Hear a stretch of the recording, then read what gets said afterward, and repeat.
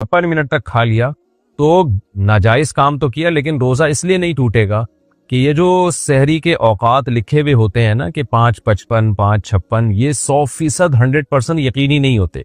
तो इसलिए इसमें अल यकीनु ला यजूलु बिशक वाला कायदा चलता है कि 55 के बजाय आपने 56 पे खा लिया, 56 तक 1 मिनट ऊपर हो गया, तो चूंकि 100% यकीन नहीं हुआ अभी सहरी खत्म होने का, तो हम यही समझेंगे कि गोया अभी वक्त खत्म नहीं हुआ। तो यहाँ फायदा पहुंचाया जाएगा रोजा रखने वाले को। लेकिन 2 मिनट हो गए तो फिर जो माहिरीन फल्कियात हैं वो कहते हैं 2 मिनट इतनी ताखीर है कि फिर आप दोबारा कज़ा करें उस रोजे की। लेकिन इतनी ताखीर दुरुस्त नहीं है, बल्कि माहिरीन फल्कियात तो ये कहते हैं कि अगर सहरी का वक्त लिखा है 5:55 तो आप एहतियातन 54 मिनट पे खत्म कर दें, एहतियातन। तो इसलिए देर न करें, लेकिन 1 मिनट अगर ऊपर हो गया तो इससे रोजा टूटेगा नहीं। शुगर लेवल कम हो गया तो रोजा तोड़ सकते हैं। मेरा शुगर लेवल अक्सर कम हो जाता है, अगर रोजा ना हो तो कुछ मीठा खा लिया जाए तो बेहतर हो जाता है, लेकिन रोजे की हालत में शुगर लेवल कम हो जाए तो क्या रोजा तोड़ने की गुंजाइश होगी? जी हाँ भाई, गुंजाइश नहीं। आप पर तो शुगर के मरीजों पर तो ये चीज लाजिम मालूम होती है, क्योंकि हमने अपने रिलेटिव्स में देखा है, शुगर के पेशेंट थे, रोजा रखा, शुगर लेवल डाउन हुआ और इन्ना लिल्ला हो गया उनका अचानक। तो शुगर के मरीज को हर वक्त अपनी जेब में चीनी रखनी चाहिए। अगर वो रोजा रखता है तो चीनी हर वक्त अपने पास रखें। अगर रोजे में उनकी तबीयत खराब होने लगे और अंदाजा हो जाए कि इन्ना लिल्ला होने वाला है, तो फौरन चीनी खा लें ताकि इन्ना लिल्ला होने से उनकी हिफाजत हो जाए। तो शुगर के मरीज रोजा रखें, लेकिन अपने साथ चीनी रखें हर वक्त, क्योंकि जान बचाना बहरहाल पहले जरूरी है और बीमार आदमी को अल्लाह ने इजाजत दी है तो अल्लाह की इजाजत से फायदा उठाना चाहिए। हमारे एक जानने वाले एक सफर में मेरे साथ थे, उनको कहीं बस में उल्टियां हो गई, गाड़ी में उल्टियां हो गई। तो अब मुझे तो पता नहीं था कि इनको शुगर है और ये कोई मसला है इनके साथ। तो हम थे भी थर के सफर में, सहरा में, बिल्कुल कोई ना होटल करीब में, ना खाने पीने की कोई जगह। तो वो जनाब चक्कर आ रहे हैं और बिल्कुल मरने लगे वो। तो हमारे बच्चे भी थे साथ में, शुक्र है किसी बच्चे के पास से एक टॉफी निकल आई, तो वो टॉफी मैंने उनके मुंह में डाली है, तो थोड़ी देर में एकदम उनकी आंखें खुली और इंसान सही हो गए, बिल्कुल फिटफाट हो गए ना। अल्लाह का फजल अब तक सही है। तो उस वक्त मुझे अंदाजा हुआ शुगर के मरीज को हर वक्त अपने पास लॉलीपॉप और टॉफी और चॉकलेटों और चीनी और गुड़ और मिठाइयों का इंतजाम रखना चाहिए हर वक्त अपने पास रोजे में। अच्छा, वो तो इनकी तो हालत ऐसी हो गई, मैं बता भी नहीं रहे कि मुझे मीठा खिलाओ। वो तो हमें ही ख्याल आया कि लगता है इनको शुगर है, डाउन हो गई है, तो अल्लाह ने उनको जिंदगी दे दी, बच गए अल्हम्दुलिल्लाह। और जवान आदमी है, कोई ज्यादा बूढ़े भी नहीं है। गर्दो गुबार हलक में चला जाए तो रोजे का हुक्म। गर्दो गुबार हलक में जाने से रोजा टूट जाता है या नहीं, और इसका पता कैसे चलेगा? दानियाल अमीन, कराची से। दानियाल अमीन साहब, कराची में तो गर्दो गुबार ही हलक में जाता है, पकोड़े तो बाद में जाते हैं। सारा दिन रोजेदार के मुंह में गर्दो गुबार, धूल मिट्टी ही जाती है। अगर गर्दो गुबार के मुंह में जाने से रोजा टूट जाता तो कराची में किसी का भी रोजा ना होता। तो हाँ, जानबूझकर गर्द पेट में ना लेके जाएं कि मिट्टी में जा जाके उसको सूंघ रहे हैं ताकि गर्द अंदर जाए। इस अमल से तो रोजा टूटेगा।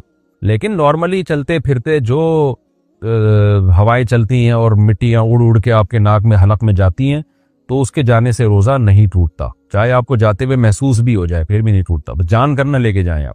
रोजे में बार बार कुल्ली करना, रोजे में बार बार कुल्ली करना ताकि हलक गीला रहे, क्या ये सही है? अबू सुल्तान, सऊदी अरब से। हलक गीला करने के लिए तो गरारा करना पड़ता है, वो रोजे में जायज नहीं है, लेकिन कुल्ली करना जायज है, चाहे ताकि जो है प्यास की शिद्दत में कमी हो जाए। तो इस नीयत से आप बार बार कुल्ली कर सकते हैं, कोई हर्ज नहीं है। रोजे में खाना बनाते हुए नमक चखना, क्या रोजे की हालत में खाना बनाते हुए नमक या मिर्च चख सकते हैं जबकि फौरी तौर पर कुल्ली कर ली जाए? उम्मे तलहा, यूके से। मकरू अमल है, नापसंदीदा अमल है, लेकिन अगर खाने के खराब होने का, बेड़ा गर्क होने का खतरा है कि मियाँ साहब को गुस्सा आ जाएगा, उनका मीटर घूम जाएगा, बच्चे प्लेटें उठा उठा के फेंकना शुरू कर देंगे, अम्मी ये क्या कर दिया आपने, हलवा ऐसा बनाया उसमें तो चीनी नहीं है, चीनी के बजाय नमक डाल दिया आपने, या नमक बहुत कम डाल दिया जाता है तो भी जायका खराब हो जाता है। बाज़ दफ़ा खाने में नमक तेज पड़ जाता है और मियाँ साहब ब्लड प्रेशर के मरीज हैं, खा के उनकी खोपड़ी और उनकी सेटिंग आउट हो गई, सारा इफ्तारी का ही बेड़ा गर्क कर दिया उन्होंने। ऐसा खतरा अगर मौजूद हो तो फिर खातून नमक चख सकती हैं।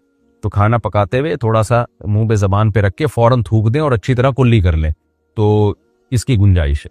रोजे में शुगर टेस्ट करना, क्या रोजे में शुगर टेस्ट कर सकते हैं? नीस क्या किसी को मजबूरी की हालत में खून दे सकते हैं?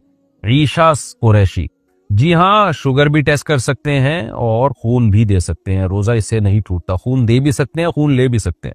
रोजे में ड्रिप लगवाना, अगर कोई बीमार हो जैसे टाइफाइड, जिसका कोर्स ये होता है कि रोजाना सुबह शाम एक एक ड्रिप लगानी पड़ती है, तो क्या रोजे की हालत में ड्रिप लगाई जा सकती है यासिर? जी हाँ, लगाई जा सकती है यासिर साहब। रोजे में दौरान गुस्ल नाक में कितना पानी पहुंचाएं? एक आलिम ने फरमाया कि गुस्ल वाजिब हो तो रोजे में भी नाक की नरम हड्डी तक पानी पहुंचाना फर्ज है। और एक आलिम ने कहा कि रोजे में पानी नाक की नरम हड्डी तक ना पहुंचाना मसनून है। तो इसमें सही तरीका क्या है? नाक की नरम हड्डी तक तो पानी पहुंचाना लाजमी है ना, तो चाहे रोजा हो या ना हो, जब गुस्ल फर्ज है आप पर तो हल्का सा पानी को अंदर लेके जाए, वो नाक की नरम हड्डी तक आराम से पहुंच जाता है। बहुत ज्यादा जोर ना लगाएं, वहमी लोग जोर लगा लगा के दिमाग में पानी पहुंचा देते हैं, तो हल्का सा बस खींच लें, इससे आराम से पानी पहुंच जाता है, वहम ना करें इसमें। असर के बाद तहियतुल मस्जिद पढ़ना। हम इफ्तारी के लिए रोजाना असर के बाद मस्जिद जाते हैं, तो क्या असर के बाद तहियतुल मस्जिद पढ़ने की इजाजत है? जुवेरिया खान जर्मनी से। बास फुकहा इसके कायल हैं, वो कहते हैं हदीस में आता है जब मस्जिद में दाखिल हो तो 2 रकत पढ़ो, तो वो कहते हैं इसमें तो कोई नबी ने फर्क नहीं किया कि मकरू वक्त हो या ना हो। लेकिन इमाम अबू हनीफा और फुकहाए हनफिया कहते हैं कि मकरू वक्त में चूंकि नमाजें पढ़ना मना है, ये जो हदीस में आता है जब मस्जिद में दाखिल हो तो 2 रकत पढ़ो, तो मकरू वक्त के अलावा मुराद है इससे। वो तो ऑटोमेटिकली, वो तो एक आम उसूल नबी ने ज़ाब्ता बयान कर दिया कि मकरू वक्त में नमाज जायज़ नहीं है, तो इसलिए उसको अलग से मुस्तस्ना नहीं किया। तो अगर आप फ़िक़ह हनफी को फॉलो करती हैं, उर्दू स्पीकिंग ज़्यादातर 99.9% फ़िक़ह हनफी को ही फॉलो करते हैं, तो फिर आप ये नमाज ना पढ़ें। एक फ़िक़ा को फॉलो करना चाहिए, दूसरे पर एतराज़ नहीं करना चाहिए। यही तरीका इस्लाम पर, शरीयत पर चलने के लिए सबसे बेहतर है। और अगर आप इख्तलाफात की भेंट चढ़ेंगे और बस मैं ही सही हूं दूसरे गलत हैं, तो फिर खवारियत फैलेगी। क्योंकि हर फ़कीह ने जो फतवा दिया है किसी न किसी दलील की बेस पे दिया है। दलाइल सबके पास होते हैं, फ़र्क ये होता है कि कौन किस दलील को तरजीह दे रहा है, दूसरे में तावील कर रहा है। इसी वजह से अवाम पर लाजिम है कि एक फ़िक़ा को फॉलो करे और दूसरे पर एतराज़ और तंज ना करे। ना ऐसा करे कि बात बात पे एक जिस फ़िक़ा को फॉलो करने उसको छोड़ दिया जाए, इससे भी बड़ी बेबरकती होती है, इससे ख्वाहिशात नफ्स का दरवाजा खुलता है।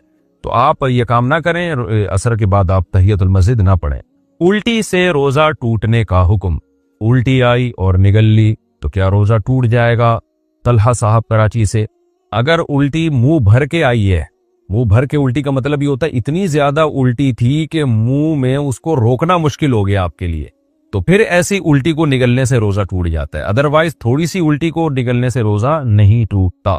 क्या तरावी के बगैर रोजे सही होंगे? पूरे रमजान की तरावी नहीं पड़ी और तमाम रोजे रख लिए, तो क्या रोजे सही हुए या नहीं? सलीम नसीम।